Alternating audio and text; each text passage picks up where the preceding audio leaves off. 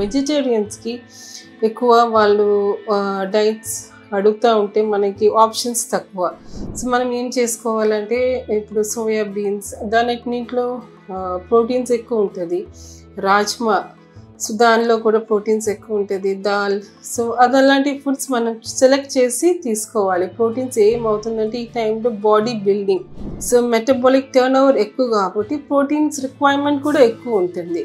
ఇంకొకటి green leafy vegetables ఆకుకూరలు అది ఎక్కువ తీసుకోవాలి. ఆ టైంలో ఎక్కువ తీసుకుంటే హిమోగ్లోబిన్ ఇంప్రూవ్మెంట్ అవుతుంది. హిమోగ్లోబిన్ ఇంప్రూవ్ అయితే బ్లడ్ సర్క్యులేషన్ కూడా మంచిగా ఉంటుంది. సో బ్లడ్ సర్క్యులేషన్ ఇంప్రూవ్ అయితే ఏమవుతుందంటే మనకి ఈ అవయవం ఎస్పెషల్లీ కణాలకి బ్లడ్ సర్క్యులేషన్ బాగా ఉంటుంది. సో దానివల్ల మనం ఇలాంటి ఫుడ్స్ మనం సెలెక్ట్ చేస్తాము. టాబ్లెట్స్కి స్పెసిఫిక్గా రోల్ ఏం లేదు. అయితే ఏదైనా మనం తినలేకపోతున్నాము అలాంటి ఫుడ్స్ మనకి అలవాటు లేదంటే మీరు టాబ్లెట్స్కి స్విచ్ ఓవర్ చేయొచ్చు. But that is not a substitute for the food. ఇంకొక విషయం అంటే కార్బోహైడ్రేట్స్, డీప్ ఫ్రైడ్ ఐటమ్స్, బయట జంక్ ఫుడ్స్, సమోసాలు, కుర్కురే, లేస్ ఇలాంటివన్నీ మనం అవాయిడ్ చేసుకోవాలి.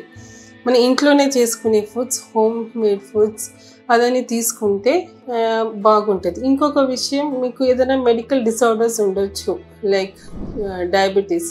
So you to cut down on your sugars. So అలాంటి ఫుడ్ మనం డైవర్ట్ చేసి మిల్లెట్స్ కానీ దానిలాంటి ఫుడ్స్ తీసుకుంటే మన షుగర్ పెరగకుండా జాగ్రత్తగా మనం కాపాడుకోవచ్చు.